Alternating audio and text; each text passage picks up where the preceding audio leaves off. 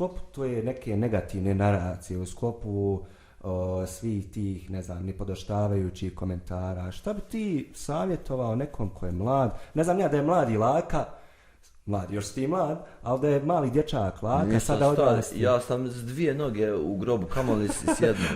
S 2 noge i 2 noge. Znaš šta, najvažnije je putovati. Ja bi savjetovao odmah čim imaš 18 godina, otisni se po svijetu.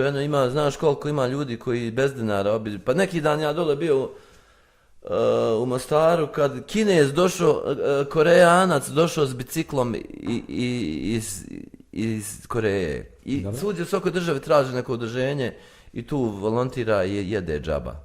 Znači čak i ne treba novac da se vidi svijet.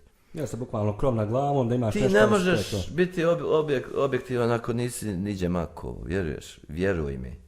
Znači, to ne postoji. Znači samo da se malo više vidi svijeta, malo više iskustava. Obiđi se, isto kao kad ti neko kaže koji ti voliš sladoled, ti kažeš vanilija.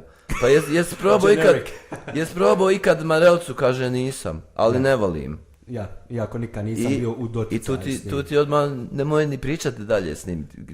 Znaš šta, ima i puno isključivosti ovdje. Znaš, neće niko da proba, haj probaj ovo, kaže nemoj mi to, ja to ne volim. Pa jesi probao, nisam. Pa kako možeš reći da nešto ne voliš ako nisi probao?